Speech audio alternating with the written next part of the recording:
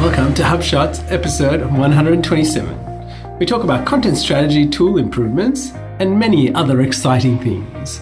You're listening to APAC's #1 HubSpot-focused podcast where we discuss HubSpot tips, tricks, features, and strategies for growing your marketing results. We hope you enjoy this podcast as much as HubSpot CEO Brian Halligan does. Thanks for creating this podcast. It's awesome. I listen to it on the weekends and I really enjoy it. My name is Ian Jacob from Search and Be Found, and with me is my co-host Craig Bailey from XEN Systems. How are you, Craig? Really good, Ian. And boy, I know we often start the episodes by saying some local place we've eaten the food, right? But how good was that, whatever it was, laksa-like noodle thing we had That's today? right. It was fantastic. The chili was great. Yes, listeners, we record this pretty late. Oh, well, not too late. It's about 9 o'clock we're coming up to now. So we spend the afternoon planning the episode, testing HubSpot features, and then we need to fuel ourselves for the recording. And hanging out at HubSpot for a little while. Yeah, speaking of HubSpot, who'd you chat with today? We had a good chat with Charles. Hello, Charles. Charles McKay from Sinks in Melbourne, smart guy. And our favourites, Mads, Varun, and Nick Bayless. Nick Bayless, again, we mentioned him on the show a couple of weeks ago. Always good to catch up with the team there. Now, Craig, we're trying new things. What have you got in store for our listeners? Look, I know we're late to this, I know, but we've got a YouTube channel now. Before you get excited and think, oh, wow. I wish I could see Craig, but you can't. No, never do that. We've just got an automated feed which takes our podcast audio and puts it into a YouTube channel. So all you see if you look at it is, our cover art. So you don't go to view it. But if you prefer to listen to your podcast via YouTube, then this is a much more convenient way to do it. And this is pretty popular. There are tons of podcasts on YouTube. And I remember when I was first seeing this a year or two ago, I was thinking, this is ridiculous. Who's going to go to YouTube to listen to podcasts? Silliest idea I've heard in a long time. Well, it turns out lots of people, and that's why we're doing it. So we're going to test it. So I've got a link to our YouTube channel there, and I'm just interested, if you're a listener, could you please just pop over to the channel and subscribe if that's something that you do, like you hang out on YouTube, you've got the YouTube app on your phone. I'd just be really interested to see in numbers, really, who would subscribe to the podcast. If you actually want to get notified, of course, in the YouTube app, you can actually click the little bell and get notified of new episodes. They automatically appear there about 30 minutes after they appear on SoundCloud. So I'm really interested to see it and see if that provides value. And if it does, we'd love a comment, and maybe we will do some real videos, And if you want to see a picture of Craig, just let us know too. Oh, yeah. I can't, the response will be overwhelming. All right, on to HubSpot marketing feature of the week, Craig. And this is to do with the content strategy tool. Now, this has changed considerably since we spoke about it a while back. I guess one thing that it's doing that we're seeing is it's better able to evaluate the content that's on the site and kind of put it around content topics or clusters that we say we want to target. So I think they call it some sort of an audit, right? It's a very brief audit, but it's a good way to understand what content is there and how it would fit into a content cluster, essentially, right? Yeah, so what it does, it kind of scans the content on your site and pulls that in and creates some clusters for you automatically. Now, if you've already started using the content strategy tool, which I think many of our listeners would have already, you might say, how do I run it? Well, you can't. You actually have topic clusters. So the kind of workaround is, you have to delete all the topic clusters that you've done already, and then it'll go through and automatically create new ones. And I'm like, I actually didn't want to delete them from my own portal. So I went into a client's portal. I only had one cluster set up, and I checked with them, and I was like, yep, can we run it? I'd like to see how it works. Results, better than I expected, I have to say. It ran pleasantly surprised. Yeah, and also I'll mention this was a HubSpot site, and in fact 3 HubSpot sites that we've got the tracking script on.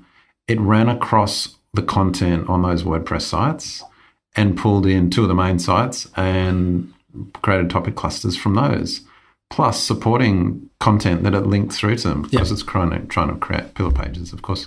I was quite impressed. It's much better than I expected.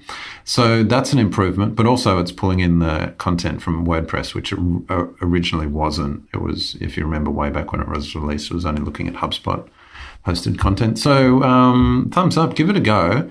And I guess I would, the question is, if I've already created some topic clusters, should I delete them just to run this tool?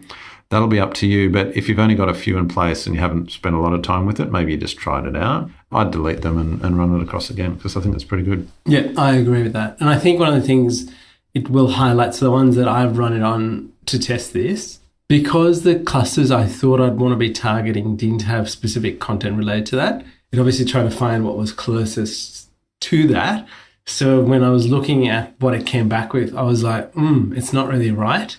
So that's what will happen if you obviously thinking, I want to target this, but really there's no content on your website that targets this, then you'll get skewed results. Well, that's a good insight, really, because you said, our site, we're about A. Exactly. We ran the content tool, it gave us B. Oh, hang on, that's actually useful to know that, yeah. And that's what I discovered with one of our customers. Yeah, that's right. Just be aware that it doesn't solve all your problems. It will highlight quite a few things that are probably not right. So use that tool as a good way to get a start and to then form your content strategy to go forward with. All right, Craig, tell me about semantic. Oh, semantic. Oh, we're still on that. Oh, so we pulled that out. Like when you watch the video, if before you run this tool, sorry, a bit of a diversion here, listeners. Before you run that content strategy tool, there's a video. Yes. It says, and it says, and what you're doing is creating semantic relationships between content, blah, blah. And we're like, okay, we kind of know what semantic means because we're from SEO backgrounds. Anybody that lives in the real world is not real customers. So we've put just a link to Wiktionary about a semantic relationship. And so semantic relations are basically any relationship between two or more words based on the meaning of the words. And so where this fits into the content strategy pieces, you've got pillar pages, which might be around a topic. Then you've got supporting branches or clusters that point back, and they're semantically related. So there you go. That's word right. of the week. Anyway, so that's going to be our buzzword bingo word of the week, Craig. Right, there we go. All right, onto the HubSpot gotcha of the week, Craig. Now, I'm highlighting this. This is to do with the sales pricing of HubSpot, so the sales hub pricing between free, starter, and professional. And to be honest, I've been trying to sell this to some people. It was very easy when there was free and professional, and then they brought this middle tier in, which was starter.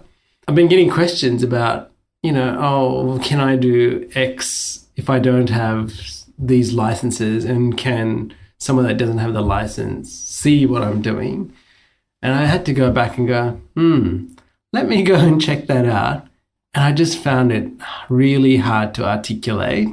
And then I bumped into some legal speak on the HubSpot website. If you go to legal.hubspot.com, there's a link in here where it basically actually laid out much better in terms of what was included in starter and professional. Didn't actually include free, which is, I think, a bit of a problem. But the way it was laid out was far easier to understand, and it wasn't the pricing page. This is a great find. When you sent this through, I spent quite a while going through this page. It's really, really useful. It covers all the bits of Service Hub, Marketing Hub, Sales Hub, even services that they provide and everything that goes with it. So yeah, you know who this page is for. This is not for our listeners, really. I don't think. You know who this is for? This is for people at HubSpot, because I actually think half of them are confused around the sales piece. I agree. It's not communicated well on the site because it's really tricky. It is. I reckon you can ask me any question about the Marketing Hub, and you'll be able to like what's in Pro, Basic, Starter, and Enterprise. Yeah. I reckon I'd know that. Correct. No matter what, it's really clear delineation between feature sets, right? Sales Hub, I'm just like, so Starter, what is the difference between Starter and Pro? Oh, right. And some of it is limits on things, That's and then exactly it's like, right. I've got that feature, but only to this many people or this many templates or this, between. Yeah, and I'll highlight that to you in our sales feature of the week. Right. Which is exactly that. There's this feature available in all three versions from free, starter, professional. It just varies the number of minutes you have included. So you're like, it's great, right? You get to understand and taste the product. And I guess that's the whole idea of this. Yeah. While still making headway, which makes it really hard to sell because you just then have to know every detail to explain to somebody why we need to be on a particular package. It's further complicated because you don't need to have everyone at the same level of the sales tool, right? That's exactly right. So whereas if you go marketing professional, well, that's account. Well, it's across the board. It's the account, right? Okay. Whereas sales pro versus sales, let's say free or Yeah. well, even there, I'm still confused about what you can and can't do because I know they've got some limits on, you've got to have this or you can't have that. So it is confusing. And I think the Sales Hub side of things, I totally get it. HubSpot's got a really difficult job to articulate that. Marketing, no worries. And they've really got it right with Service Hub, right? It's like... Well, it's all or nothing. It's all or nothing, right? They've learned their lesson. But in saying that, there are features in Service Hub that cross over with Sales Hub.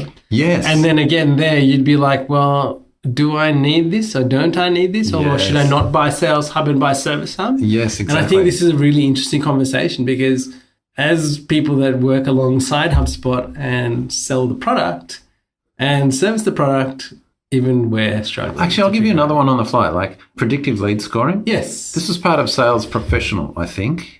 Yes. I think. It is a part of Sales Professional. Sales Professional, right? On the sales side. On the sales side, I was like, I need enterprise on marketing to get predictive lead scoring. Correct. But how about I don't go to enterprise on marketing and I'll just get one Sales Pro license, although I don't think you can buy one now. You can buy five, right? Yeah. I'm like, but even then I might get That's got me confused. I'm like, well, hang on. It further dilutes the appeal of enterprise, by the way, on the marketing side, right? Why are we going on at length about this? Well, this is complicated. I think this really is something that HubSpot has been working to improve. Yes. But this link that you've provided with the actual sales pricing and limits between them all, one long page spells it out, enormously helpful. Let's leave the confusion behind and on to our marketing tip of the week, Craig. And this is to do with email decay rates being less than... Is that less than or greater than? That should be greater than. Greater than 20% a year. So we've spoken about this before. And if you've done the inbound training on HubSpot Academy, they talk about email decay. So understanding and keeping your database clean is really a key point. And, like we've now got people, they have engagement rates in the system and don't send emails to unengaged contacts. So there are so many things in the system that measures deliverability and success of this. And I think this is really important. People forget this. They've got databases that they've never emailed, they've never stayed in contact with, that are different in different marketing databases. And this is happening over time. So what do we want to highlight from this? Well, one of them was a stat. So we've got a link to a HubSpot article about database decay, and they reference a really widely cited stat, which is that Marketing Sherpa found that email lists decay at 2.1% per month, which they then said is annualized at 22.5% per year. So I'm not quite sure of how that works out at 2% per month, but I think that's assuming there's no growth at all. So, 2.1% less of that, and then 2.1% of what was 100% less, so it comes out at 22.5%. So it's kind of like over the course of a year, your list is down by more than 20%, assuming no growth. Now, I wanted to highlight two things. The first is, this stat is cited from Marketing Sherpa. I can't find it on Marketing Sherpa. I spent about half an hour trying to track down this, like the original source of this stat, because it's quoted everywhere. They all refer to Marketing Sherpa. Yes. And I'm like, well, where does this come from? I want the original source. Can't find it. Can't find it anywhere. Mm-hmm. So just mentioning to listeners, take this with a grain of salt, because it may or may not be true. I don't know. And quite possibly could be years old. However, the actual point of it, which is email list decay, I suspect is much higher. I suspect it's more like 30 or 40% a year, because people change email addresses so often. As we know, the job market is turning over much more quickly than it was in the past. The other thing to highlight about this is, don't just worry about database decay, worry about attention as well. Because if you're, let's assume it's reducing by 20 to 30%. That's just natural churn. That's not even counting the people that don't bother reading your emails anymore because they're fatigued. Yes. They're sick. And so we'll have clients chatting and we say, we don't want to do an annual review. What's engagement seems to be down on email. What's wrong with our emails? Do we need to change the email template? And we're like, no, that's actual natural attrition combined with fatigue and also probably email blasting. Of course, it's going down. So why is this marketing tip of the week? I think this is a wake-up call. We want to highlight again, we've done it many times on the show, to marketing managers that you actually need to be, first of all, growing your list by at least 3 or 4% a month. Correct, just to kind of combat that. But on top of that, you need another 3 or 4% just to overcome loss of attention because they're fatigued. And on top of that, we always talk about relevance. So it's about making your content relevant. So it's getting harder and harder. Email is still effective, but you've got to put a lot of work into it. It's not just blast out the newsletter. Like, I'll share with you some tips that I've tried. So when we do some email marketing, and I know the people that open it. So what's really interesting is that one of our customers that gets our emails, he uses Outlook. He uses a rather large preview pane. So it always looks like he's unengaged or disengaged from the emails, right? Because he actually never opens it. He reads it in his preview pane. Right. And then just files it away. Right, but the preview pane, have they got images in it? No. Oh, so generally not images. Right, so it's not even pulling in a pixel. That's right. Okay. So he's reading it and then filing it away. So if I look at his HubSpot profile, it would say that he's never actually opened an email. Right, okay. But he says he reads it every week that he gets it. Mm-hmm. So that's one. The other one that we tried with the customer was we sent a marketing email. We noticed quite a few people didn't open it. And then I sent a follow-up email in very plain text, really short, saying, "Hey, Craig, just making sure you got my last email. If you didn't, just let me know." And I got a really high response from that. And people even called our customer back and said, "Oh, I've been thinking about that. Let's talk next week." Right, okay. So that worked really well. Oh, you should grab that and put it on a growth hacking forum. That's right. Check out the new technique. Anyway, sorry, go on. What I'm saying here is don't just think that if you haven't had that level of satisfaction that you were expecting, try something different with the people that have actually not even opened the email. Yeah, that's a good idea. See what. And it was actually like a personal message that you've followed up. You've actually pretty much shown, I'm actually concerned about and making sure there's a good experience for you. Yeah. Yeah. So I just said, look, let's try this out. And I was pleasantly surprised with the result. So it was good. Which takes us on to our HubSpot sales feature of the week, Craig. And we have never really spoken about this. This is the calling feature it's in actually all versions of Sales Hub. And it varies, and I'll tell you how. When we started using Sales Hub, or what was previously known as, we tried using this. And obviously, because this is a calling feature, it uses voice over IP. So it generally connects. And even when I tested it today, it connects via Boston. So you'll see. And it's quite interesting how it works. What I wanted to highlight was when it started, it was really flaky, right? So if I was to tell people, why don't you use it? I'd be like, don't use it. I think it's at a stage where it's actually good enough to use. It still has a bit of a lag because it's traveling to Boston and back. So just be mindful of that. The benefit of it is that obviously you can track the call, you can record the conversation, you can have it in your timeline, and it's an effective way of making sure everybody's on the same page. When you call, what was really interesting when you call is that you can obviously call using if you're using the app on your phone, you call and it says, do you want to use your cellular device to make the call, or do you want to use the HubSpot calling service? If you use the HubSpot calling service, it will route via the gateway in Boston and then connect.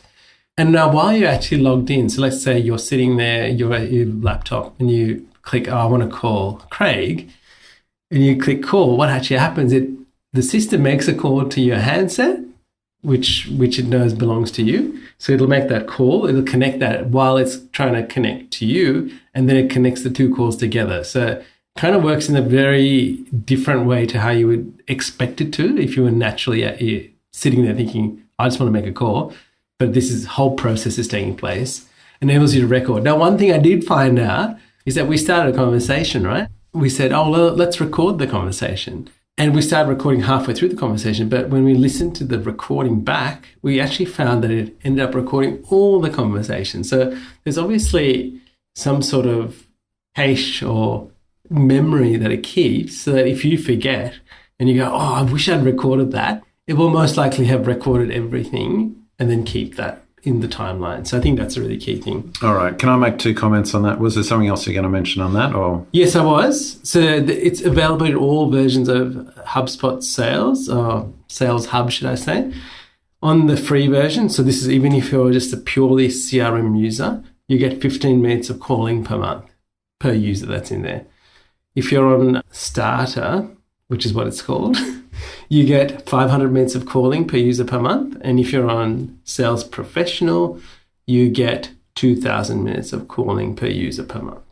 All right. So it's a great way to test it out. If you're even using CRM, try it out, configure it, test it out. All right. So I want to make a few comments on this. And one of them, I didn't prepare you that I was going to say this, so I don't mean to ambush you on at the last minute. Come on, Craig, you're going to ambush I'll come to that. I'll come to that second. The first one, though, is that recording piece where we're halfway through, then we started recording and it recorded the whole thing for playback. Nice feature. That was very handy. Pleasant surprise, which turned into creepy suspicion for me. And I was like, hang on. And what I want to do is actually test this for longer, like keep a call going for half an hour. Correct. And see then record right at the end and see how much they are caching. Or else if we can find out from HubSpot how much that is. Like if it's only a minute or two, fair enough. Correct. But it's kind of like, the Google Home and that where it kind of listens, but I think it's only a 15-second window that you can go back. I'd like to know what that window is on HubSpot because I think there are privacy concerns there. If I haven't said record, and I especially haven't sent it to the person that I'm calling, and yet HubSpot's recording it along the way, like something's getting stored along the way, I'm a little uncomfortable with that. So that goes to privacy. So that was my first comment. Yep. Did you want to reply to that? No, so in saying that, I think it's really important. And I know in Australia when we worked with our clients who've actually tried to implement this call recording for larger sales teams, what's really interesting is when we worked with the other providers, it's like in some states you have to tell someone. In other states, you don't have to tell anybody. Right. So you actually have to know what the law says in each state to inform the person on the other end or don't inform the other person. Yeah, so when you say state, really, you're talking about American states. No, I'm talking about Australian states. In Australian states, every state. Yeah, right. Yeah. So did that change? No, I think that's been the case for many years. Let's double check that. Yeah, we should. Certainly my understanding is anywhere in Australia, you have to inform them that you're going to record the call. Okay. Yeah, you have to ask for consent or notify. Okay, that was my first comment. The second comment where I'm going to slightly ambush you on you, I can't recommend this because of the lag, right? And I think HubSpot need to fix that. It's probably fantastic in the US, but for Australia, I just think that's such a bad experience to get that delay and that lag and that it would totally put me off. Yeah. So I don't think it's good enough for Australia. And I think that's easily fixed, right? Yeah, you just change the routing. Yeah. And if you think of, say, Zoom, which everyone uses for video conferencing now, if you think of Zoom, that there's no lags in that, right? Correct. Calling people, certainly locally. So I think the lag needs to be fixed before we can use it really efficiently in Australia. I think it would just cause too much of a bad experience. So that's my comment on that. I think it'll get there because other tools do it. So surely HubSpot's going to get that right soon. And I guess one thing I want to highlight from that is we had one of our customers that has sales professional licenses, and I saw a thing in their portal saying, come up in their notification saying, oh, your calling account will be disconnected from HubSpot in the next 7 days because of inactivity. I'm like, really? I've never seen that. And that's what prompted me to talk about this because they obviously don't use it because they obviously have a mobile workforce and they just haven't gotten to use this. So what I would say is in the interim, use the app to make the call, but don't make it through HubSpot. Use the HubSpot app to initiate the call because what you'll get is once that call is finished, it'll pop up the screen saying, what comments you want to leave about the call. And then you can obviously type it in. I think that's a really cool feature. Yeah. Which is actually a great feature because it'll remind you not to just go, I spoke to them and I forgot to write down what I spoke to them about. And so I think that's a really good thing to do. So encourage sales teams or people that are using HubSpot to actually use the app to initiate the call. Craig, you had a bonus feature. Oh, just something I found in sales side of things that... No, you need to have Sales Pro. Sales Pro, yeah. But if you do create quotes because you've got products. So on a deal, you add products and you create a quote. We talked about that a few episodes ago. You can export them out. And so you just go to your settings, sales, and then products and quotes, and then there's an export tab there that you can do it. I wasn't aware of this, but nice little export feature. It's good. All right, on to our opinion of the week, Craig. Influencers and B2B marketing. Yeah, so just very quickly, I'll make this a lot shorter because I know I can see we're turning this into a long episode. But I had Grow with HubSpot last week in Sydney. Not great event, by the way. Well done to all involved. I was chatting with it's just someone I met there. We're chatting, and he'd been to the session on influencer marketing, and he's in B2B, and he said, I don't really think influencer marketing applies to the B2B landscape. I was like, oh, okay, interesting comment. So I just thought I'd give a few pointers around influencer marketing for B2B, because I think the misconception is people think influencer marketing equals celebrity on Instagram. And that's kind of the sum total of influencer marketing. And of course, that is very effective. Basically, we'll call B2C, yes, right? Yep. But in B2B, here's just the simple way to get started thinking about it. You just want to influence people. But whereas in B2C, and a celebrity might be creating awareness, so kind of top of the funnel, in the B2B side, it might just be something that you start at the bottom of the funnel when they're in decision phase. And that could just be as much as getting reviews. Because in a way, that is getting influenced by people. And then if you can get maybe some more well-known people in your industry to give you a review, it can basically just be a glorified testimonial. That's actually powerful. They don't have to do it on Instagram, of course. They can do it anywhere. I've often seen B2B companies just do videos where they get a high-profile customer that happens to be well-known in the industry talking about how it's helped their product. So it's just like a testimonial. That is influencer marketing at its simplest, really. Yes. And then it grows from there. And I guess one example we could use is even for our podcast. At the start of the podcast, we have Brian Halligan, CEO of HubSpot, talking about how he listens to the podcast. It's kind of influencer marketing in the most simplest way you could think of it as being part of it. Anyway, I'll leave it there. Plenty more we could chat about in coming weeks about that whole topic, but just a little thought piece there. All right, Craig. This is a new little segment that you brought up, Emotion of the Week. This comes, and this one is called Ochialism. And do you know what Ochialism is? The awareness of the smallness of your perspective. Isn't that a great word? Now, these are made-up words, and I thought that was great following my opinion of the week there. But found this via Twitter. I've got a link in Twitter. But this comes from the Dictionary of Obscure Sorrows, which is a blog by John Koenig, and it's fantastic. And there's like 23 definitions here. They're kind of made-up words around bringing an emotion together. They're great. And ellipsism is another one, a sadness that you'll never be able to know how history will turn out. Isn't that a great, that is very great good emotion? Anyway, nothing to do with marketing. Have a read. All right, our resource of the week, Craig. We have 5 years of Google ranking signals from Bill Swasky, SEO by the Sea. Yeah, so he's been covering Google and Google patents for many years now. And this is a very comprehensive post where he just kind of reviews it. Worth a read. I'll say this has been shared on Twitter and social so much, I bet most people haven't read it because it's an enormously long post. Great reading. We'll just pull out one thing each week, and I'll just say the thing I like is how he talks about a Google ranking factor and then an action item. One that he spoke about was domain age. That's actually a ranking signal. So if you've got a long-standing blog, that actually contributes to your ranking rather than just, it's brand new. So create evergreen content. Build links to it, and over time, and that grows your authority. Yep. All right, on to our quote of the week, Craig. This is from Richard Koch. It says, customers play ball not because of extremely low prices, but also because IKEA offers them advantages and an experience that other retailers do not. Are there ways in which your firm or a new venture could offer customers advantages that would not cost you very much or would even increase profits? And this is from his book, How the Best Businesses in the World Succeed. Simplify. I'm reading this book at the moment. That's right. You're reading the book? When you came up with this quote, I was like, oh, that's a great quote. I'm reading that book. And by the way, you put me onto this book. Yes, I did. That's a great recommendation. Thanks. So there you go. Have a think of that. And now we've got some bonus links of the week from Backlinko. So we've got some SEO techniques. And I think we've spoken about that before.